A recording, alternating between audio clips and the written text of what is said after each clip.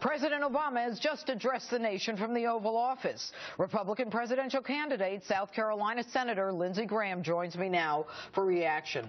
All right, good evening, Senator. I'm going to ask you the same question that I asked Mike Huckabee, and that is, you heard the president tonight, and if you were the president, what would you have said differently? What I've been saying for over a year.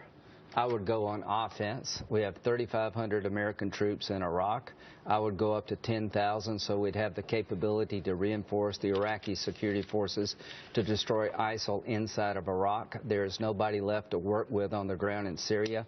There is no ground component. The president is misleading the public about what we have to work with in Syria. I'd get Sunni Arabs and Turkey. We'd form an army of 80 to 100 people. But you know what, Senator, when you say that, the president said tonight that he's leading a coalition of 65 nations. I don't know what those nations are, but it's a lie.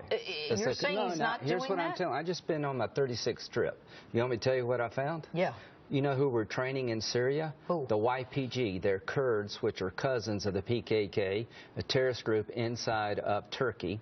There is no Arab coalition working inside of Syria. They're not going into Raqqa, the capital of the caliphate. The Kurds have told us to our face, me and Senator McCain, that they are not going into Raqqa. There is no plan to destroy ISIL. There's a plan to hand this mess to the next president for a year. So are you saying, Senator, that the president is not telling us the truth? I'm telling you the president and his entire administration is misleading you about the nature of the threat and the capability we have against ISIL. I'm telling you that the reason ISIL exists is because of President Obama, not President Bush. He withdrew all troops from Iraq when the military said you need to leave 10,000 behind.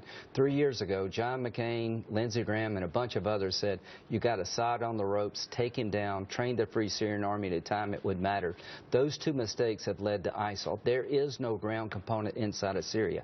We need 10,000 Americans to marry up with 80 or 90,000 Arabs and Turkish fighters. How are we going to get those Arabs? They don't trust us anymore, do they? They would trust me if I were president of the United States, but nobody is going to follow uncertain trumpet. The problem with President Obama is that nobody trusts him. The most dominant force inside of Iraq is Shia militia, the people controlled by Iran. Iran now is controlling Damascus. To those who say, like Senator Cruz, leave Assad in power, man, you don't know what you're talking about. Assad's killed 240,000 of his own people. He's a puppet of Iran.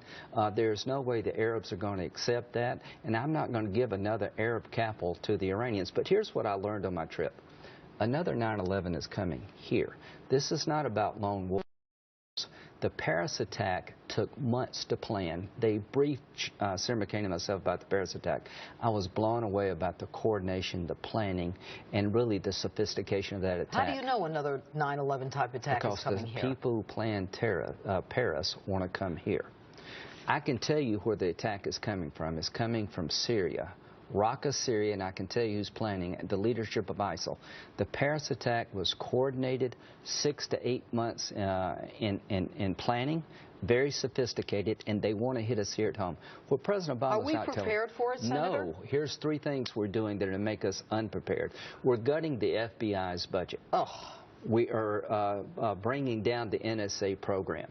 At a time when we need to beef up our homeland security, we're gutting it. So when the president says we've hardened our defenses, that's a lie. We're cutting the FBI, the CIA, the NSA at a time we need them the most. By 2021, we're going to reduce FBI spending by 15 or 20%. The NSA program is going dark. Let me ask you this. You know, the president started out by saying, we are taking out the ISIL leaders, we're taking out the heavy weapons and the oil tankers. He's overselling. Is he overselling, or is he not telling us the truth? We've had tactical successes in Iraq and Syria, but there is no strategy. But if 80% of our sorties are not dropping bombs, that's beginning to change, but you don't destroy them from the air. He says, I don't want to get drawn into a ground war. If I'm president of the United States, we're going to have a ground war against ISIL. But what about going after the oil? Well, we're doing that finally after 2 years. But you're not going to starve them out. Do you understand this? To beat ISIL, you have to go in on the ground. The good news is the Arabs in Turkey would follow American leadership.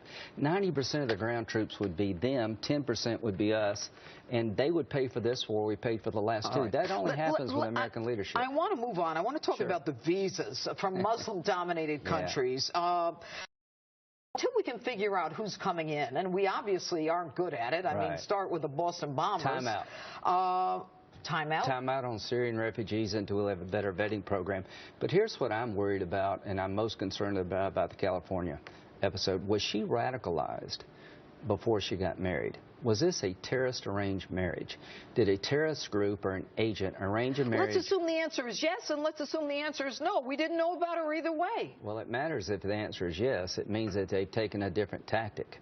They're recruiting. That they're using women. They're using women unlike Al-Qaeda's ever used women. ISIL recruits women heavily to help recruit men.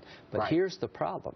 Have they found a way to arrange a marriage between a radicalized woman and somebody on the fence in America and use the visa system to get her into the country? All right. I want to ask you one more question. We saw local police in San Bernardino, okay? They had weaponized armored vehicles, and we know the president is trying to take that stuff away from local police. Will Congress fight to get police the armored vehicles and weaponry that they're going to need in this war that ISIS is bringing to us? I'm going to do three things. I'm going to fight to keep the cops better armed than the terrorists.